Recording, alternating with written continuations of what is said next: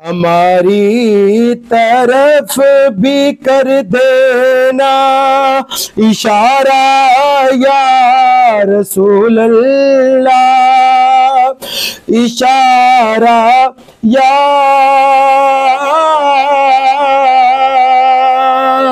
रसूल अल्लाह। अस्सलाम वालेकुम नाज़रीन, आप जहानिया एक्सप्रेस देख रहे हैं। मैं शान शेख हूँ। आपने सुना कि ज़माना कदीम में लोग पैदल सफ़र किया करते थे और घोड़ों पर सफ़र जो है वो किया करते थे, लेकिन अब जदीद दौर में जब जहाज़ और गाड़ियाँ और जदीद टेक्नोलॉजी का दौर है, तो इस दौर में अगर कोई पैदल सफ़र करता है तो हम उन्हें जो है वो एक अजीब नज़र से देखते हैं। लेकिन आज हमारे साथ एक ऐसी शख्सियत मौजूद हैं, आज नबी करीम सल्लल्लाहु अलैहि वसल्लम के इश्क में जो है वो सरशार होकर हिजाज़ मुक़द्दस का जो है वो सफ़र कर रहे हैं और आज जहानिया में हमारे साथ मौजूद हैं। इनका सफ़र कहाँ से शुरू हुआ था और ये कैसे मनाज़र तय करके अपनी मंजिल तक पहुँचेंगे और इनके जज्बात क्या हैं और इनकी दिल की जो कैफियत है वो आज हम इस वीडियो में जानने की कोशिश करेंगे। अस्सलाम वालेकुम सर, आप प्लीज़ अपना नाम बताएं और क्या करते हैं और किस जगह से आप ताल्लुक़ रखते हैं और अपनी जो फैमिली का जो बैकग्राउंड है, हिस्ट्री है, उसके बारे में थोड़ा सा हमारे नाज़रीन को बताएँ।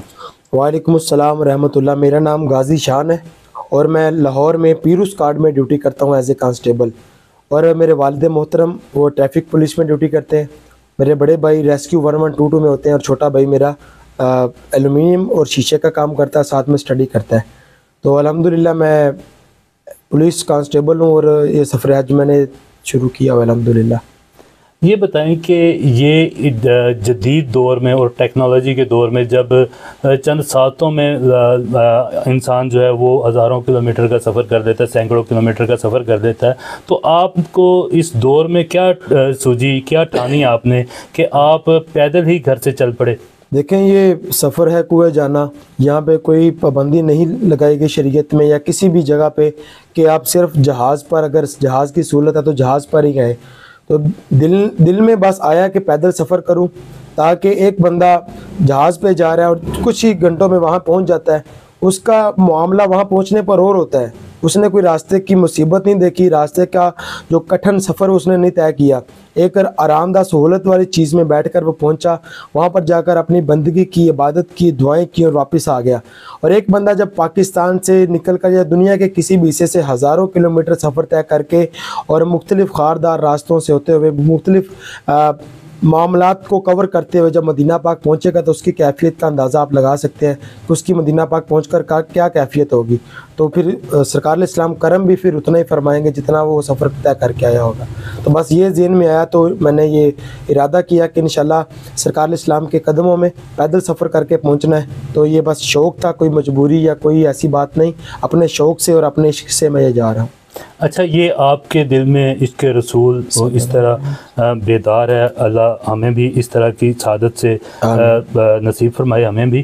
तो आप ये बताएं कि आपने कब और कहां से ये सफ़र शुरू किया और आपने कौन कौन सी मंजिलों पर स्टे किया और आगे आपके क्या प्रोग्राम है, आप कैसे स्टे करते हुए कहां तक पहुंचेंगे?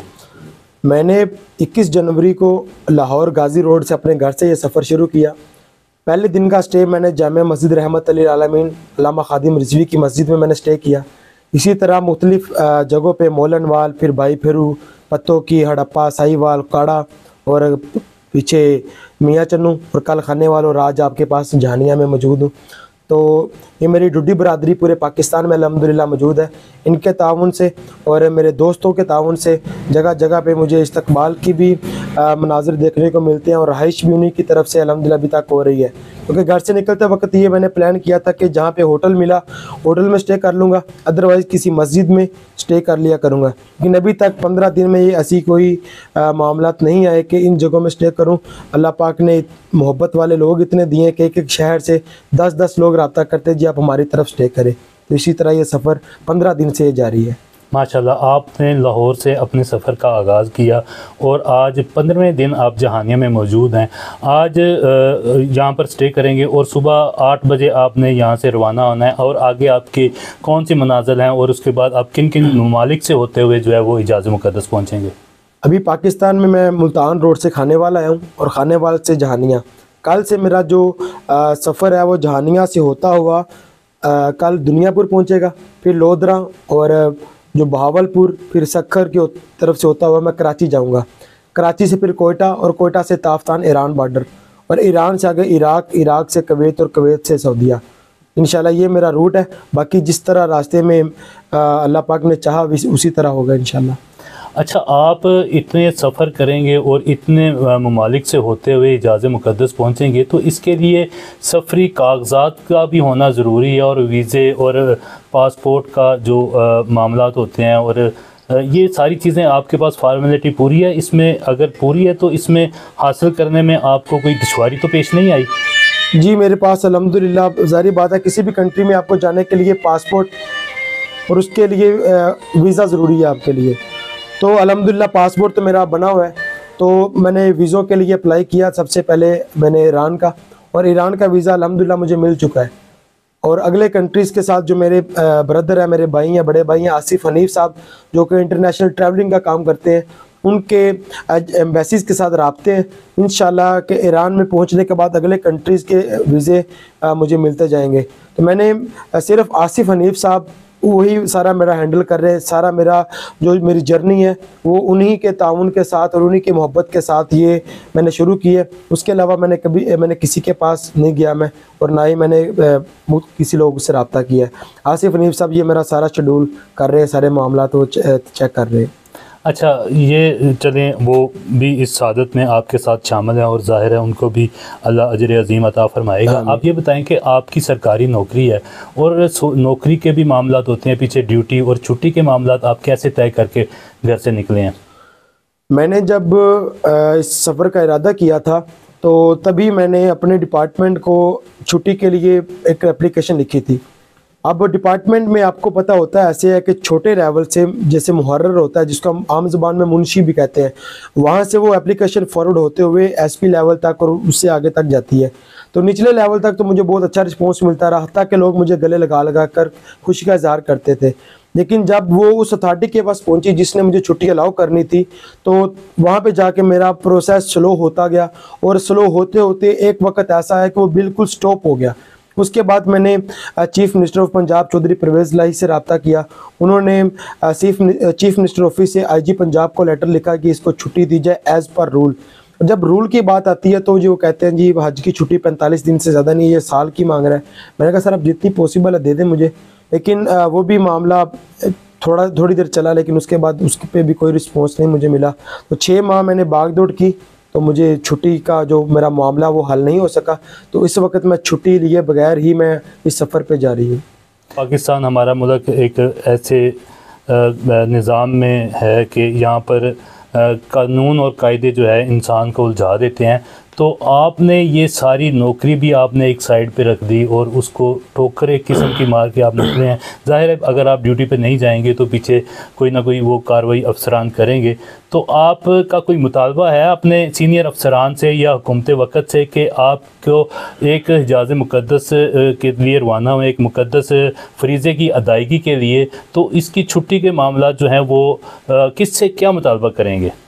देखें, जहाँ तक ताल्लुक़ है कि अगर नौकरी का कोई मसला है तो उसके लिए मैं आपको ये शेर कहना चाहूँगा कि ये सफ़र है कुएं जाना, यहाँ कदम कदम बलाएं, जिसे ज़िंदगी हो प्यारी वो यहीं से लौट जाए, और मुस्तनद रास्ते वही माने गए जिनसे होकर तेरे दीवाने गए, लौट आए जितने फरजाने गए, ताबा मंजिल सिर्फ दीवाने गए।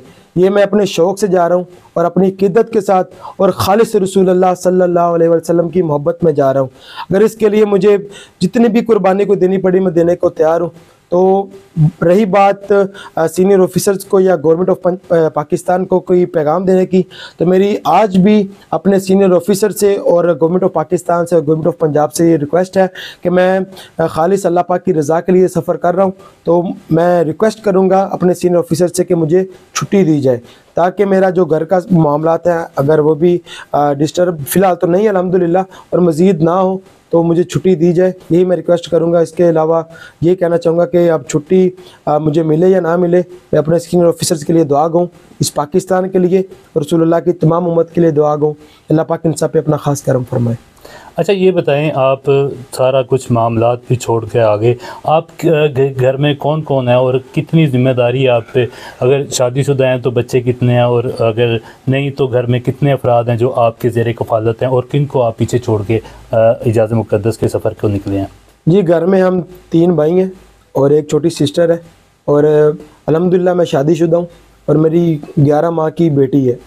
कुछ अरसा पहले, 1.5-2 साल पहले मेरी शादी हुई है, और 11 माह की मेरी अल्हम्दुलिल्लाह बेटी है छोटी। घर में उसके अलावा मेरे वालिद साहब हैं जो कि लाहौर ट्रैफिक पुलिस में ड्यूटी करते हैं, तो उनकी इजाज़त से और अपने बीवी बच्चों को उनके सुपुर्द करके मैं घर से निकला हूँ। घर में मेरा जो मामलात हैं, वो जो भी वालिद साहब जैसे हुक्म करते हैं वैसे मैं घर का सर्कल चलाता था। लेकिन यह सफ़र शुरू करने से पहले मैंने अपने वालिदैन से, बहन भाइयों से और अपने वाइफ से ये मैंने बात डिस्कस की, तो उन्होंने जी कहा, जी आप जाएं, अल्लाह पाक के सुपुर्द आपका सफ़र खैरियत से हो। तो सबकी परमिशन लेकर ये मैं सफ़र शुरू किया है, और अल्हम्दुलिल्लाह मुझे घर से ढेरों दुआएं हैं, फुल सपोर्ट है मुझे मेरे माँ बाप की, बहन भाइयों की, कि आप खैरियत के साथ ये सफ़र अपना कंप्लीट करें। ये आपके मुताबिक ये 6 माह पर मुहित सफ़र है, तो इस 6 माह में पीछे छुट्टी भी आपने नहीं दी, वहाँ पे भी अगर मामलात ख़राब हो गए आपको नौकरी से भी निकाला जा सकता है, और ये इतना लंबा सफ़र है, इतने इसमें फ़िनांशली जो सपोर्ट भी चाहिए होगी, ज़ाहिर है आपके पास इसके लिए कोई ज़्यादा राह है, या आपने कोई, आपको कुछ स्पॉन्सर भी कर रहा है इस सफ़र के दौरान? जी, ज़्यादा राह मैंने अल्हम्दुलिल्लाह जितना हो सकता था मैंने साथ लिया है, और बाकी अल्लाह पाक का ये निज़ाम है कि अल्लाह पाक ही वल्लाहु खैरुर राज़िकीन, और बेहतरीन रिज़्क़ देने वाला है। तो उन अल्लाह पाक के करम से ये मैंने अल्लाह पाक का नाम लेकर सफ़र शुरू किया है, क्योंकि उत्थे जाना खेड़ मुकद्दरां दा, ये धन दौलत दी खेड़ नहीं। कई दौलतां वाले रह जाते, मस्कीन नज़ारे लै जाते। इस शेर को मद्देनज़र रखते हुए अल्लाह पाक का नाम लेकर ये मैंने सफ़र शुरू किया है। तो बाकी इंशाल्लाह मामला अल्लाह पाक की ज़ात खुद बना देगी। लेकिन जो बात है स्पॉन्सर की, अभी तक ना मैंने किसी से रब्ता किया है कि मुझे स्पॉन्सर किया जाए, और ना ही मुझसे अभी तक किसी ने रब्ता किया कि हम आपको स्पॉन्सर करते हैं और आप ये सफ़र अपना कंटिन्यू रखें। दुआ गो हैं कि आप अपनी मंज़िल पर पहुँचें, और आपसे दुआओं के तलबगार भी हैं कि आप जब अपनी मंज़िल पर पहुँचेंगे और हिजाज़ मुक़द्दस पहुँचकर जब आपके सामने गुंबद खिज़रा होगा और खाना काबा होगा, तो हमें अपनी दुआओं में ज़रूर याद रखिएगा। तो आपकी आवाज़ में एक दर्द भी है और अपना कशिश भी है, तो हम चाहेंगे कि हमारे नाज़रीन को अपने चंद अशार अपनी जो आवाज़ सुनाएं। जी ज़रूर। बिस्मिल्लाहिर्रहमानिर्रहीम। नहीं है कोई दुनिया में हमारा या रसूल अल्लाह, हमारा या रसूल अल्लाह। नहीं है कोई दुनिया में हमारा या रसूल अल्लाह, हमें तो आप ही का है सहारा या रसूल अल्लाह, सहारा या रसूल अल्लाह। तड़पता है ये दिल मेरा, तरसती है बहुत आँखें।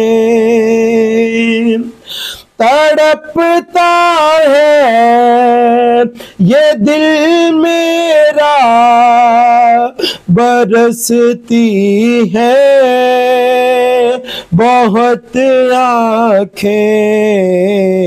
बुला लो अब मदीने में दोबारा या रसूल अल्लाह, दोबारा या रसूल अल्लाह।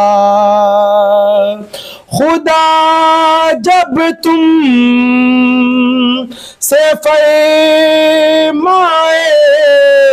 के लाओ अपनी उम्मत को। या रसूल अल्लाह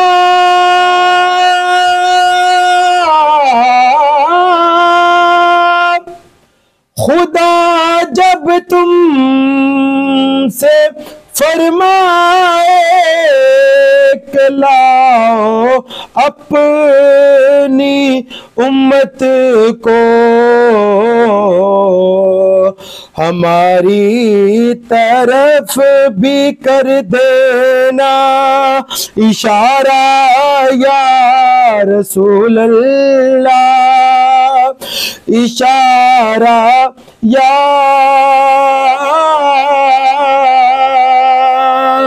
रसूल अल्लाह। माशाल्लाह माशाल्लाह। तो नाज़रीन, ये आज की वीडियो थी। मिलते हैं अगले प्रोग्राम में। अल्लाह हाफिज़। अल्लाह हाफिज़।